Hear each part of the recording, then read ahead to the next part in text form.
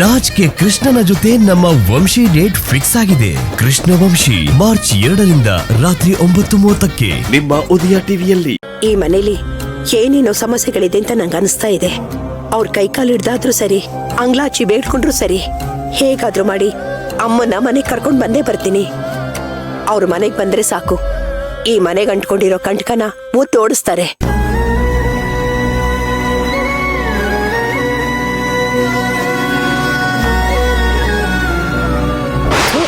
ಮುದುಕಿ ಸುಮ್ಮನೆ ಇರಕ್ಕಾಗಲ್ವಾ? ಅವಳು ಯಾವಳೋ ವೇದನಾಯಕಿ ಅಂತೆ, ಅವಳನ್ನ ಕರ್ಕೊಂಡ್ ಬರ್ತಾಳಂತೆ. ಏನೋ ವಯಸ್ಸಾಗಿದೆ, ಇವಳಿಂದ ಏನಾಗತ್ತೆ ಅಂತ ಸುಮ್ಮನೆ ಇದ್ದೆ, ಅದೇ ತಪ್ಪಾಗೋಯ್ತಲ್ಲ. ಸೇವಂತಿ, ಯಾಕೆ ಮುಖ ಸಪ್ಕಿದೆ? ಏನಾಯ್ತು?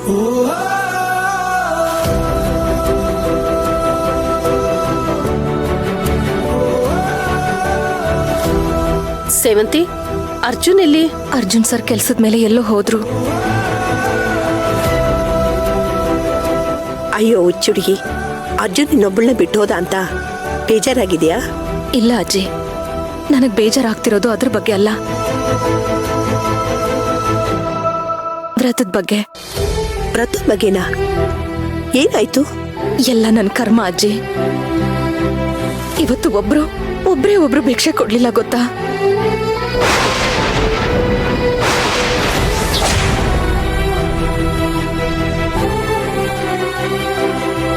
ಭಿಕ್ಷೆ ಹಾಕ್ಲಿಲ್ವಾ? ಏನ್ ಹೇಳ್ತಿದ್ದೀರಾ ಅಕ್ಕ? ಯಾರು ಭಿಕ್ಷೆ ಕೊಡ್ಲಿಲ್ವಾ?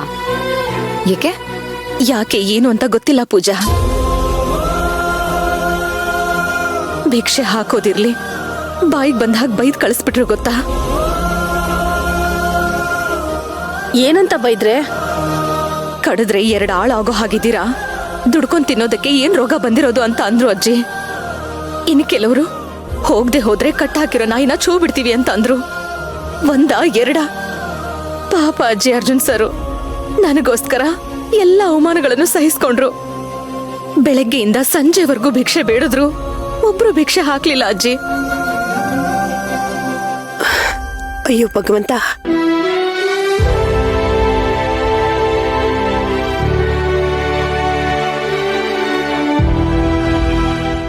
ಮನೆಗೆ ಭಿಕ್ಷೆ ಬೇಡ್ಕೊಂಡು ಬಂದವ್ರಿಗೆ ಹೊಟ್ಟೆ ತುಂಬ ಊಟ ಹಾಕಿದ್ದಲ್ದೆ ನಿಮ್ ಮನೆಗೂ ತಗೊಂಡೋಗಿ ಅಂತ ತುಂಬಿ ಕಳಿಸ್ತಾ ಇದ್ದಲ್ಲೇ, ನಿನಗೆ ಒಂದಿಡಿ ಭಿಕ್ಷೆನೂ ಹಾಕ್ಲಿಲ್ವಾ? ಛೇ, ನೋಡ್ದ ಎಂತ ಗ್ರಾಚಾರ ಬಂತು ನಮ್ಮ ಮನೆಗೆ. ಅಜ್ಜಿ, ನನ್ನ ಲೈಫಲ್ಲಿ ನಾನು ಏನೇ ಅನ್ಕೊಂಡ್ರೂ ಆಗೋದೇ ಇಲ್ಲ. ನನ್ನ ಹಣೆನಲ್ಲಿ ಒಳ್ಳೇದು ಅನ್ನೋದು ಬರ್ದೇ ಇಲ್ಲ. ನನ್ನಂತ ನತದೃಷ್ಟೇ ಈ ಪ್ರಪಂಚದಲ್ಲಿ ಯಾರೂ ಇಲ್ಲ ಅಂತ ಅನ್ಸುತ್ತೆ ಅಜ್ಜಿ.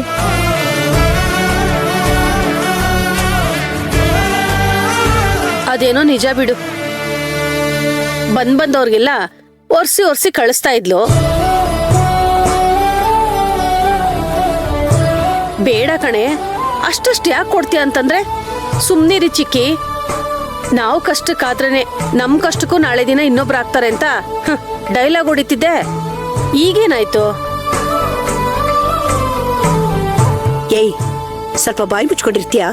ಯಾರಾದ್ರೂ ಬಿದ್ರೆ ಹೋಗಿ ಎತ್ತು ಬುದ್ಧಿ ಇಲ್ಲ ನಿನಗೆ. ಅವ್ರ ತಲೆ ಮೇಲೆ ಕಲ್ಲಾಕೋಕ್ ನೋಡ್ತೀಯಲ್ಲ ನೀನು. ಅದಕ್ಕೆ ಕಣೆ ನಿಂಗೆ ಈ ತರ ಪರಿಸ್ಥಿತಿ ಬಂದಿರೋದು.